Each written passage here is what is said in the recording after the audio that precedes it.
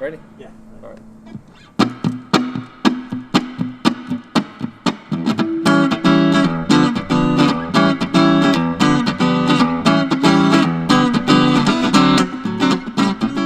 My name is Justin Johnson and I play this here's a cigar box guitar.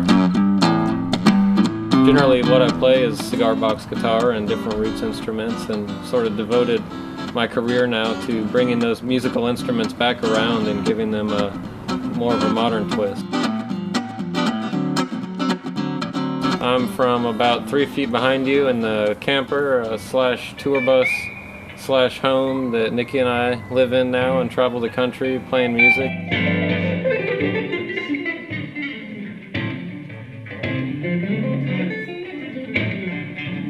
I don't even know when I first started playing the guitar, looking back on it, but that was the one instrument out of all the ones that I played that really stuck with me and really seemed to resonate with what I was feeling.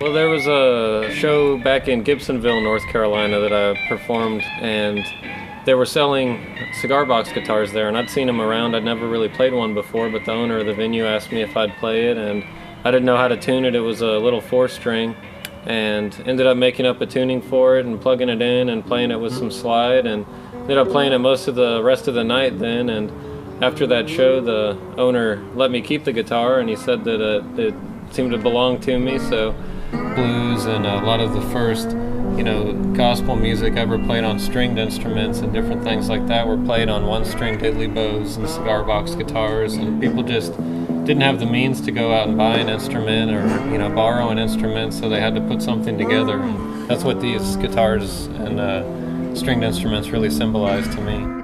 This is the newest creation that Bob Johnson out of Hillsborough, North Carolina put together. It's an old antique ironing board, a wooden ironing board that Nikki found.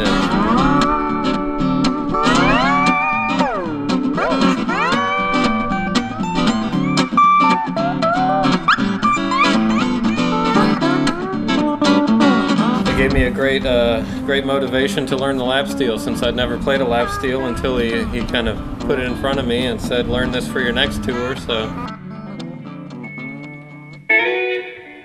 the first time I ever came down to Huntsville and Lowe Mill was for the Cigar Box Guitar Festival last year, and it really blew me away, the amount of support that people here have for music and art, and just the environment that's being cultivated here at Lowe Mill is something that's truly special. And from being around the different places in the country, you see people trying to start things like this, and sometimes it works and sometimes it doesn't, but this atmosphere here, they just nailed it, and it feels like home every time we come back. Even the fact that, they have a permanent store here for cigar box guitars with nickel cigar box guitars. I got the pleasure of performing on a few of his for my workshop last year for the festival, and look forward to working more with him and checking out some of his new builds while I'm here.